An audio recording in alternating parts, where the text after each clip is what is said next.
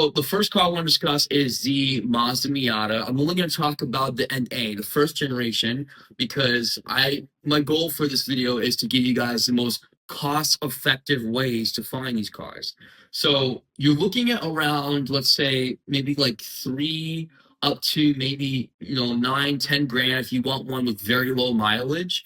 The thing is with these cars, they're very easy to modify and they're very simple cars. If you notice when you open up the hood, you'll see that everything's laid out perfectly. There's just enough space to make so many upgrades. The Subaru BRZ or the Scion FRS. And I only want to discuss the 2013 to 2016 because, like I said, I'm only going to give you the most cost-effective version of these cars. You're looking at a flat four engine, a 2 liter. It's going to give you about 200 horsepower, and it's going to give you a good rear-wheel drive setup. It's great to learn to drift in if you want to do drift events too, such as like grid life, things like that. And perfect for if you want to find a car you can easily finance. This car is still new enough where you can still probably get approved. Next car I want to discuss, if you want something a little bit more power, a little more exciting, a little more lightweight, is the Porsche Boxster S or the base model Boxster.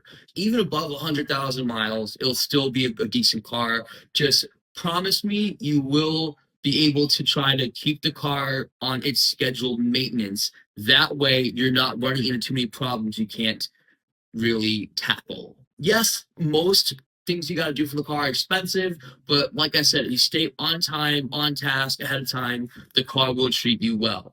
Next car I will discuss is a BMW Z3, which you'll find years from 95 to 2002 it was in production. And a cool tip about this car, it was actually a bond car for GoldenEye. So I guess you could brag about that with your friends once you buy this car. Again, you're looking at about 190 horsepower. The car can get a good amount of speed, not too much, but for the money, it's decent. You get a 6-cylinder engine. You can find a 2.8 liter. Some models you can get an option for a 3.2 liter. And if you really want to make sure you're not breaking the bank, you can get a 4-cylinder that is a 1.9 liter.